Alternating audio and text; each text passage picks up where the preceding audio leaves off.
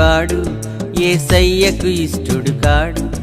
కృతజ్ఞత కలిగి ఉండాలి, కృతజ్ఞుడుగా జీవించాలి.